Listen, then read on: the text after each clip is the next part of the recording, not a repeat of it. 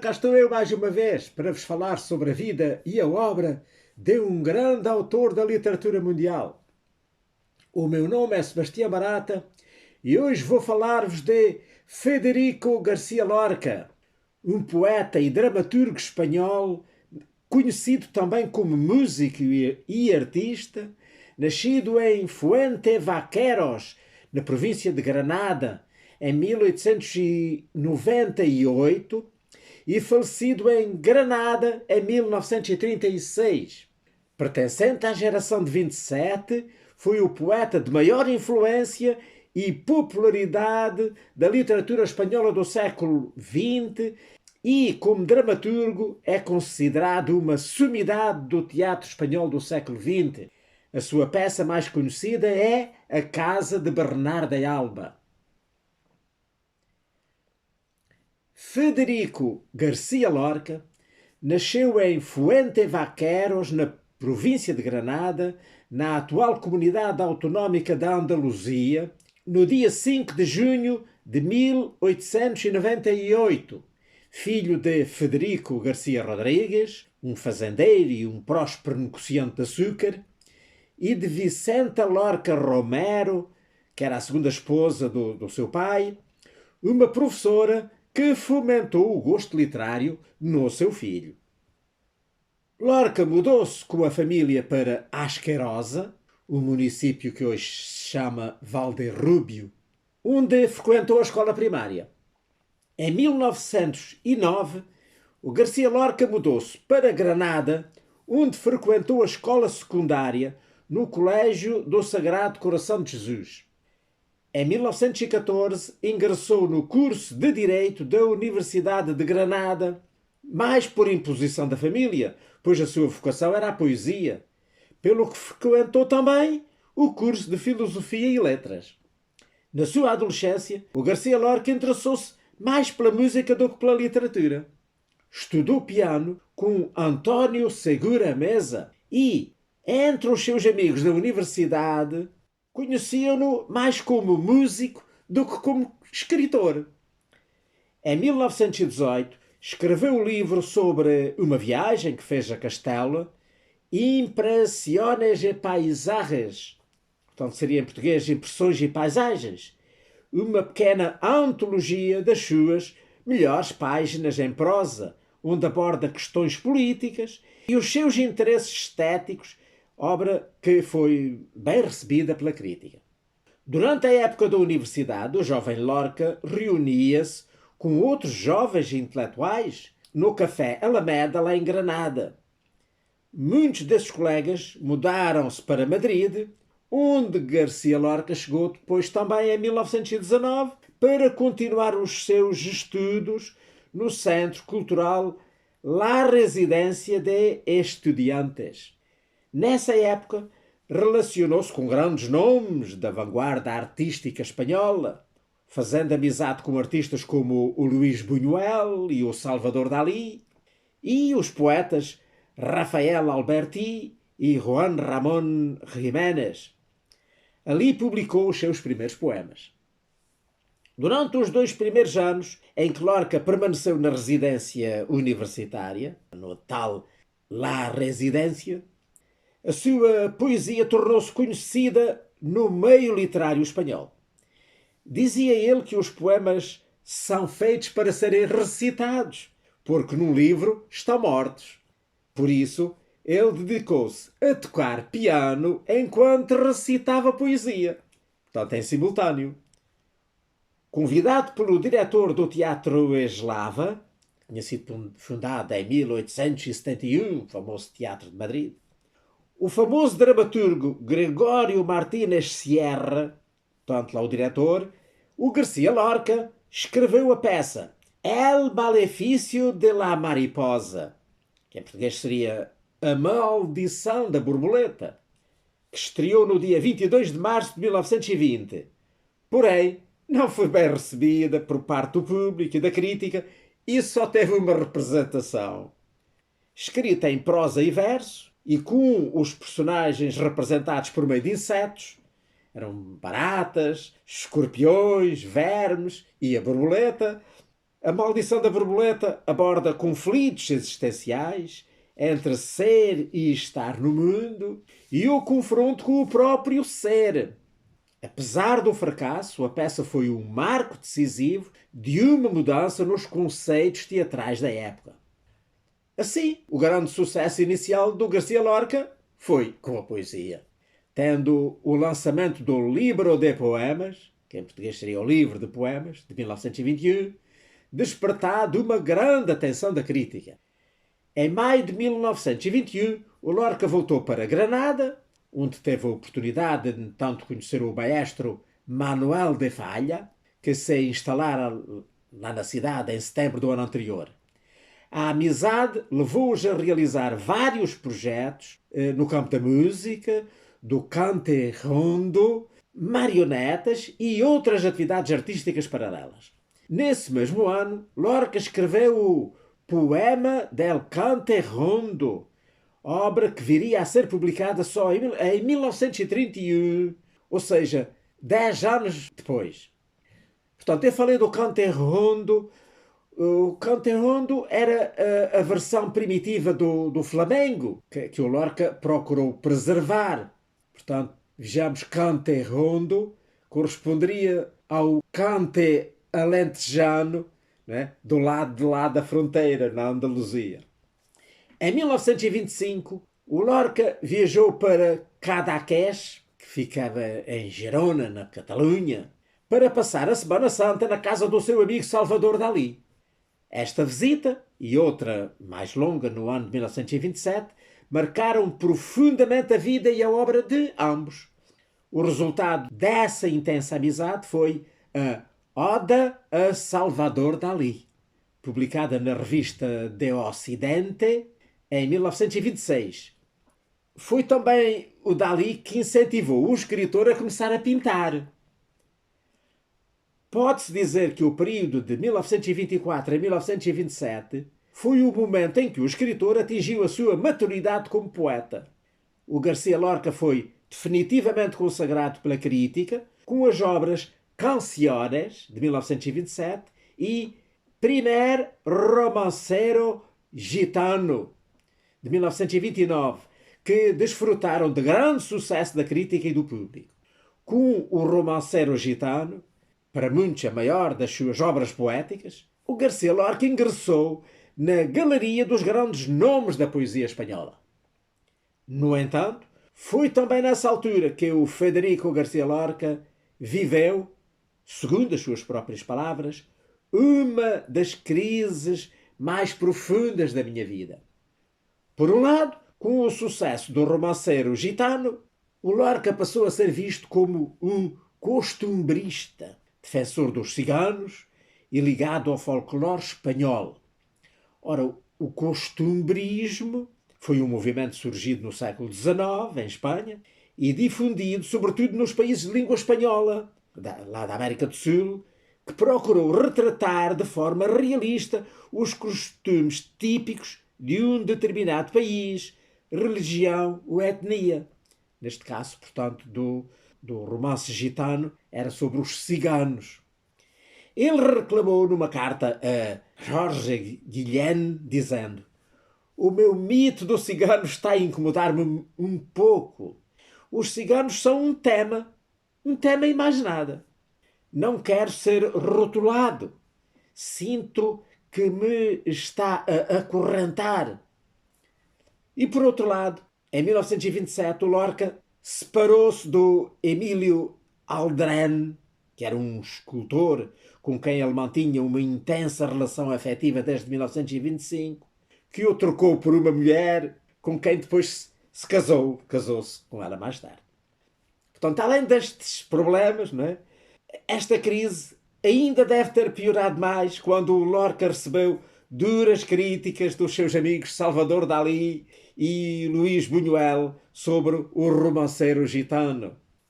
Apesar disso, o Lorca continuou a trabalhar, iniciando novos projetos, como a revista Galho, que era Galo em português, era uma revista de poesia, na qual foram publicados apenas 2 números, o de fevereiro e o de abril do ano de 1928. talvez devido ao ambiente reacionário que se vivia em Granada na época. Então o Lorca virou-se de novo para o teatro. A sua primeira composição dramática de sucesso foi Mariana Pineda, um drama poético e romântico que subiu ao palco em Barcelona em 1927 com os cenários do Salvador Dalí. Nesse mesmo ano e na mesma cidade foram expostos os seus desenhos na Galerias Dalmau, portanto lá em Barcelona. Em 1929, o Lorca tentou estrear a peça Amor de Dom Perlimpin com Belize en su jardim, que em português está traduzido com o nome Amores de Dom Perlimpin e Belize em seu jardim. Mas foi proibida pela censura do Primo de Rivera, que governava lá na altura. Nesse ano de 1929, o Lorca mudou-se para Nova Iorque como bolsista da Universidade de Colômbia. Viveu como estudante lá na Universidade de Colômbia de 1929 a 1930. Foi o período dos seus poemas surrealistas, onde manifesta o seu desprezo pelo modus vivendi norte-americano. Expressou o seu horror com a brutalidade da civilização mecanizada nas chocantes imagens do Poeta em Nova Iorque, tanto que em português está traduzido com o nome Poeta em Nova Iorque, e que só viria a ser publicado em 1940, 4 anos após a sua morte. Em março de 1930, o Lorca deixou Nova Iorque para viajar para Havana, onde expressou a cultura e a música cubana e trabalhou em novos projetos, como o El Público, que está traduzido em Portugal com o nome O Público, e Assim que Passam 5 anos, que se traduziria em português como Assim se passam 5 anos. Com a instauração da Segunda República Espanhola, o Lorca voltou então para a Espanha, em abril de 1931, e, juntamente com Eduardo Ugarte, criou um movimento de teatro chamado La Barraca, com um formato de grupo de teatro universitário. O Ministério da Educação subsidiou a companhia entre os anos de 1932 e 1935 e, como fundador, inspirador, diretor e músico da companhia, o Lorca levou ao palco obras teatrais do século de ouro, portanto, do Calderón de la Barca, do Lope de Vega, do Miguel de Cervantes, que foram, pois, representadas pela companhia em cidades e povoações através de toda a Espanha. O Garcia Lorca continuou a escrever as suas peças, tanto as suas próprias peças, fazendo incursões no drama histórico e na farsa. Mas o seu grande sucesso veio com a tragédia. A plenitude de Garcia Lorca, como dramaturgo, foi alcançada efetivamente com a trilogia de tragédias rurais passadas na Andaluzia, formada por Bodas de Sangre, que está traduzida em Portugal com o nome, à letra, Bodas de Sangue, que é de 1933, o Ierma, portanto o nome próprio, Ierma, de 1934, que não está editado em Portugal, mas está editado no Brasil, com esse mesmo nome, e La Casa de Bernarda Alba, que em português tem o nome A Casa de Bernarda Alba, de 1936, que conjuga o mito, poesia e substância real. A primeira contava a história de uma noiva que pouco antes de casar fugiu com o homem que amava em segredo, mas algum tempo depois os dois rivais encontraram-se e mataram-se um ao outro. A segunda é a história, lá portanto o Ierma, a história do tormento de uma mulher que, desesperada por não ter filhos, mata o marido estéril. E então a terceira, a Casa de Bernarda Alba, é a sua única peça escrita inteiramente em prosa e que é considerada a sua obra-prima dramática, cujo tema é a intolerância e a repressão sobre as mulheres. Trata-se de 4 irmãs, 4 e mais uma meia-irmã, que cresceram encarceradas pela mãe tirana e que, consequentemente, foram consumidas pelo ódio e pela luxúria. Eu depois, se tiver tempo, ainda falarei um bocadinho mais sobre este livro.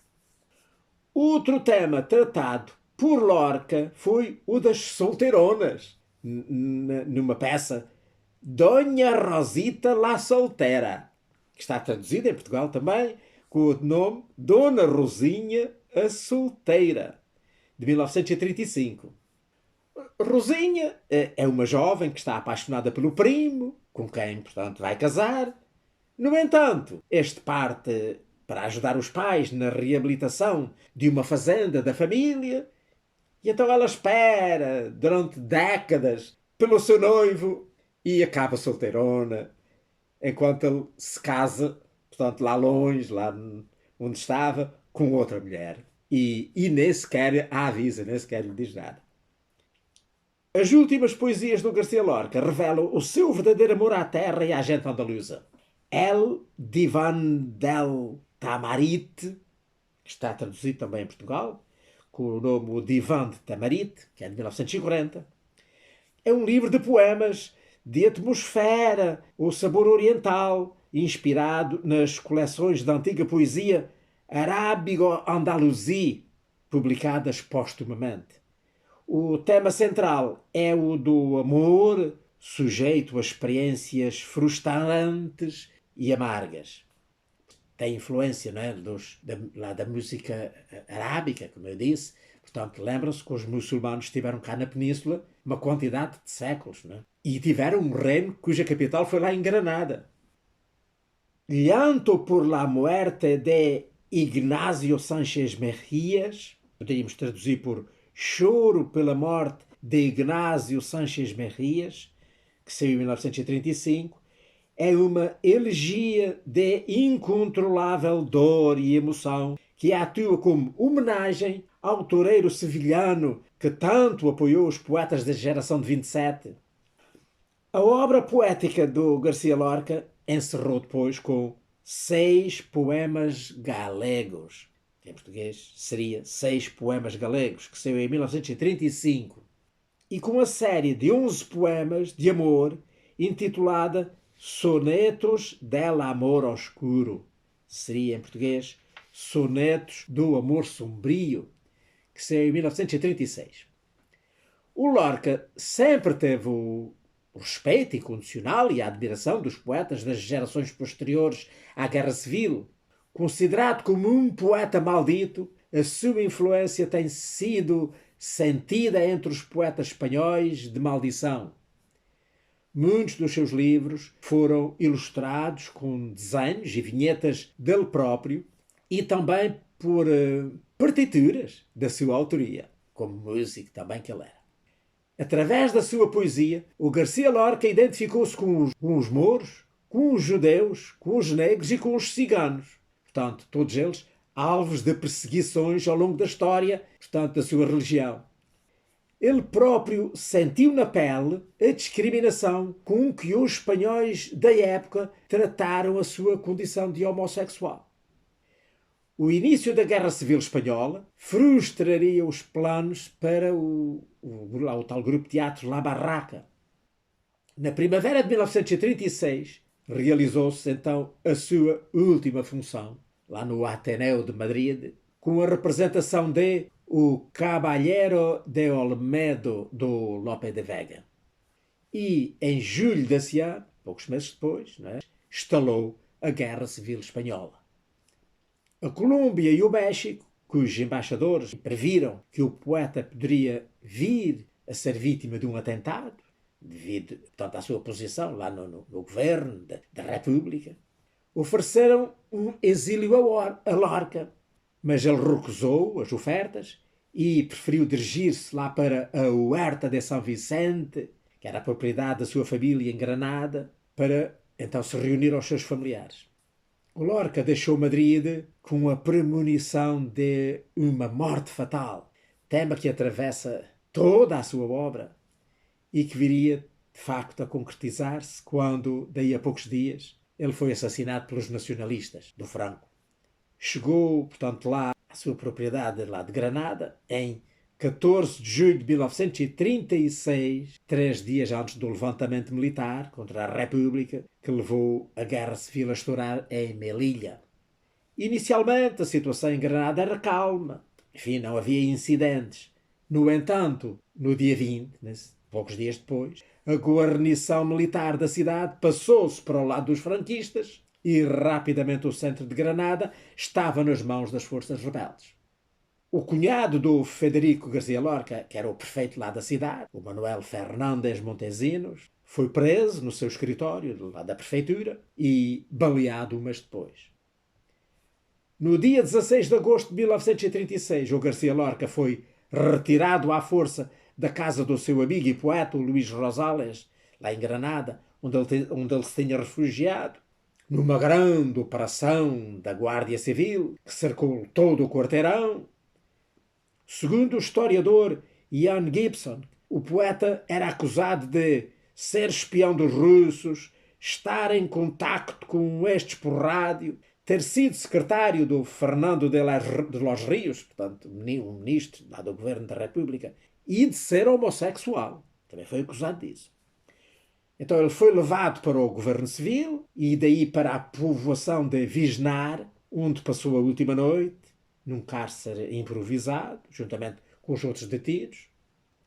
Eu falei do Ian Gibson. O Ian Gibson era um espanhol de origem irlandesa, que é o autor de uma das biografias do Federico Garcia Lorca mais documentadas, mas também mais controversas e mais populares, que é um best-seller chamado Federico Garcia Lorca, A Life.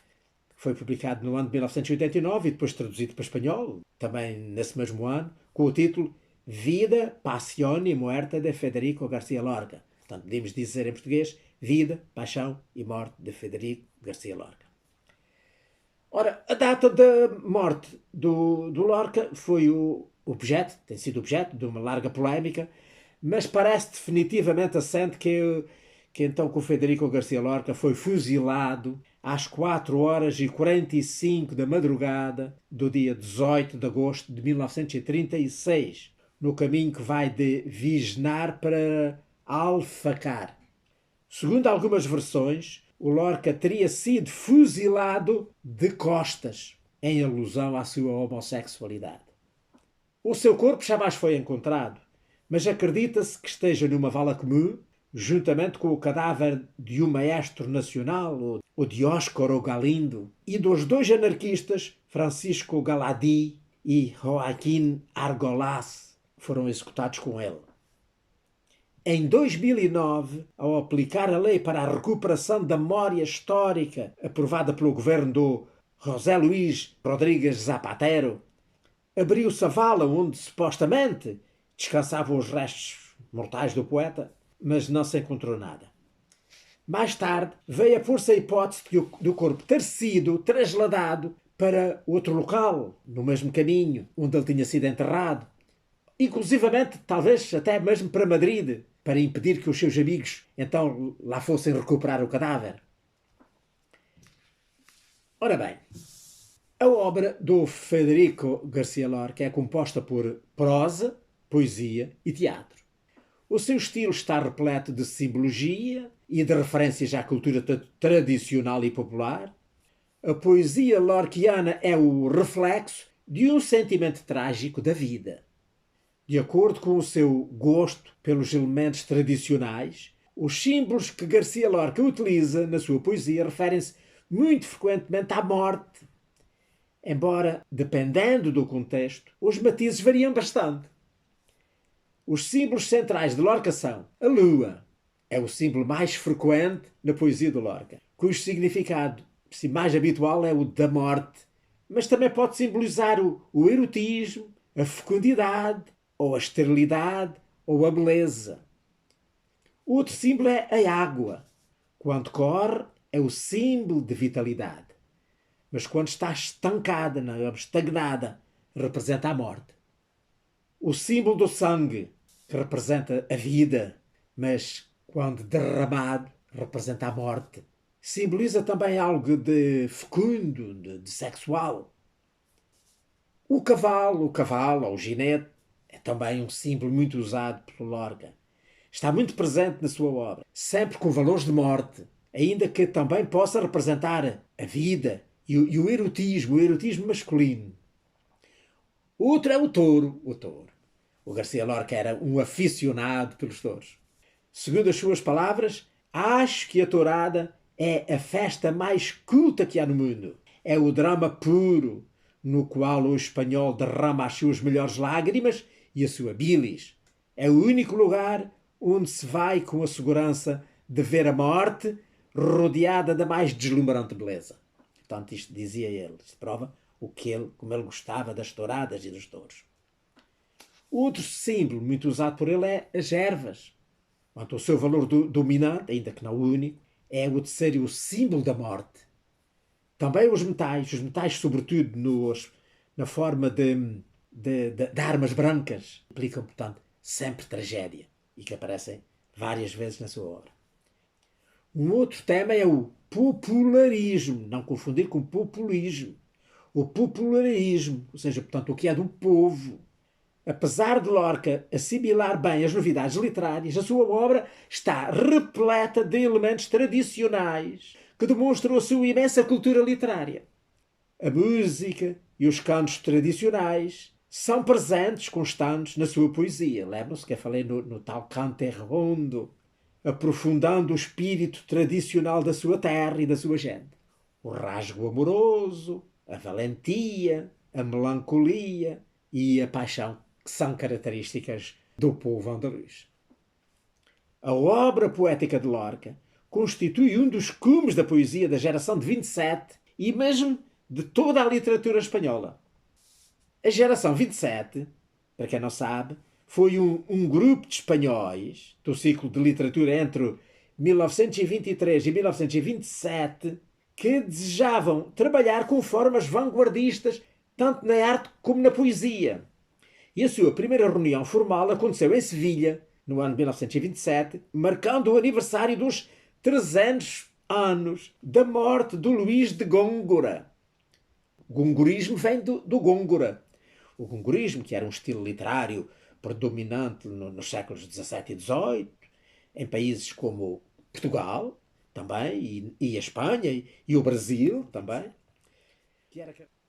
Agora vejamos. Em Portugal há bastantes obras do Federico Garcia Lorca, tanto de poesia como de prosa e de teatro.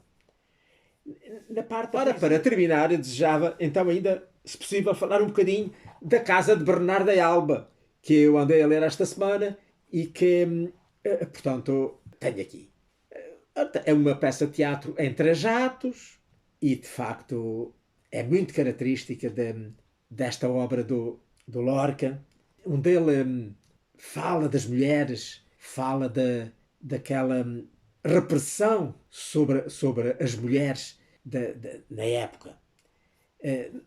Portanto, tem 3 atos. No primeiro ato temos a morte do dono da casa e então fica a Bernarda Alba, que é, portanto, a esposa dele, que é a sua segunda esposa. Tem uma filha do primeiro casamento, que era a Angústias, e então há mais 4 filhas então deste segundo casamento, do casamento com a Bernarda, que é a Madalena, a Amélia, a Martírio e a Adela. Portanto, estas, digamos, são as personagens centrais da peça. Há depois também uma outra muito importante, que é La Pôncia, que é, assim, digamos que a governanta lá da casa, e que é, portanto, uma confidente, mas já uma idosa, e que terá sido provavelmente criada lá da casa toda a vida, e, portanto, tem muita confiança com a dona da casa. E que, enfim, lhe vai dizendo as verdades.